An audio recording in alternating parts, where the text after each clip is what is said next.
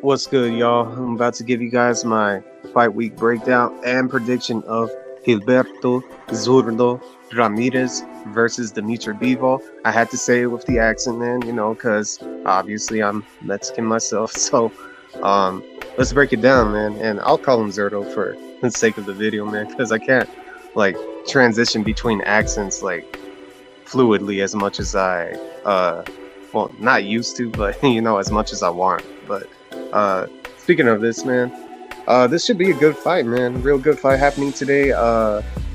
This fight is gonna determine whether Canelo is actually gonna turn into the direction of winning the light heavyweight title or not. In that rematch against Bivol, or he could just leave light heavyweight alone altogether, man.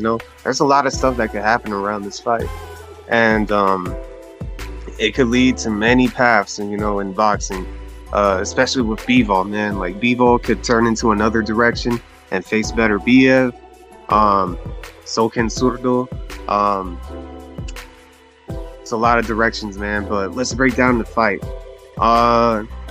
Zurdo has been definitely looking a lot better at light heavyweight.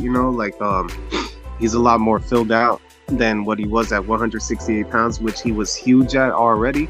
Everyone says that he's actually huge for light heavyweight, believe it or not. But at 168, him and David Benavidez were like the standouts. And when he was at 168, that was the fight that I really wanted to see him in. Zurdo versus Benavidez. And I think that should have been like a WBSS type of fight when they were still in that division. But in a perfect world, that fight would have happened a long time ago. However, Zurdo decided to move up to light heavyweight, and he's been winning some fights since then. And his last couple fights at 168 pounds were against Jesse Hart. First fight was real close. Second fight, he won pretty convincingly. But at light heavyweight, man, he's been looking a lot more impressive. You know what I mean? I guess because of the weight, he feels a lot more filled out. Like I said before, because he's a very tall guy, man. Like some stats say that he's 6'2.5", 6'3", 6'4". I think he's around that 6'3" range personally. But Zurdo has like a lot of height, a lot of reach, and he could box a little bit, man. I'm not gonna lie. Like I've seen his performances against Arthur Abraham, Max Bursack, even though that's not really like a worthy name to talk about, but and then obviously the Jesse Hart fights and Sullivan Barrera, so he got decent power too at the same time for light heavyweight. But when you're talking about Dmitry Bivol, because let's get down to Dmitry Bivol. Dmitry Bivol just came off a win against Canelo. And keep in mind, Dmitry Bivol doesn't have like the same amount of fights as Zurdo Ramirez, because Dmitry Bivol came up like during the whole HBO scene, you know what I mean? When they were barely about to leave boxing, man, and they were pushing Dmitry Bivol. And I've seen a lot of his earlier fights with Cedric Agnew, who else? Jean Pascal, Broadhurst. And I've kept up to date with Dmitry Bivol, but when he was gonna fight Canelo, man, I just didn't see him as the guy, believe it or not, because Dmitry Bivol does a lot of things right, and he doesn't put himself in an element of danger like compared to other fighters. You know what I mean? He's way too reserved and calculated. That was my thought process going in before the Canelo fight, and the way that he approached the Canelo fight was brilliant, man. Believe it or not, his footwork, his jab, and his volume, and the angles that he was giving Canelo.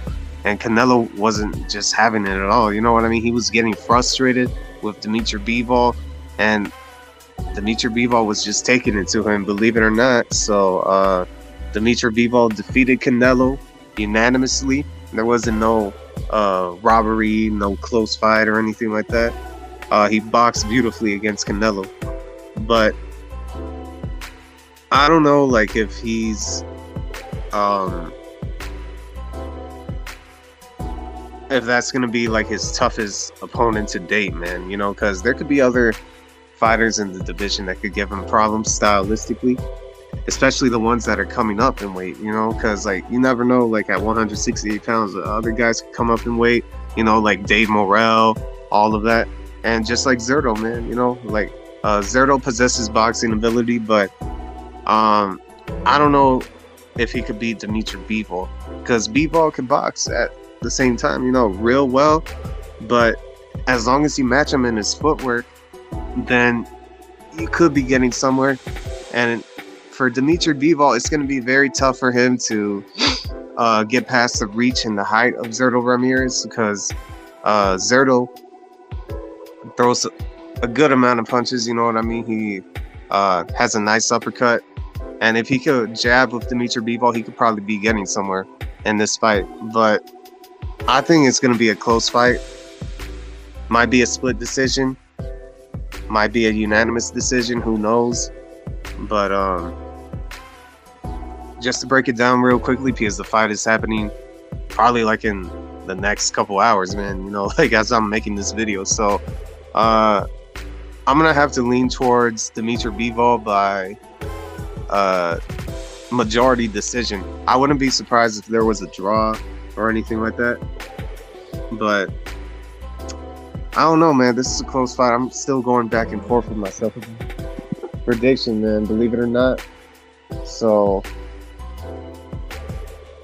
yeah, I'm gonna have to lean towards Dmitry Bivol, man, because he has the better defense, and I think his defense is what's gonna get him through this fight. You know, he's not going to take too many risks, but at the same time, he's going to understand how to get in range with Zurdo, you know? So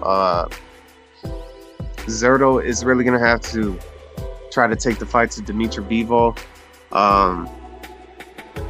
He's going to have to cut off the ring. He's going to have to catch up with his footwork, because the footwork is going to be prevalent in this fight. This is what this fight is going to be all about. Footwork and the jab and angles, especially against Zurdo. You know what I mean? Like with that height, that reach, especially with Dmitry Bivol, you know, with his boxing ability. And I think Dmitry Bivol is going to have a lot of problems trying to get inside, so that's why I think it's going to be a very close fight. But I'm still leaning towards Bivol, majority decision, because I think that they're still going to lean towards the champion, you know, winning. And that Canelo rematch, the industry, believe it or not, is not going to give up on Canelo. And they're going to want him to get that get back against Bivol, you know what I mean?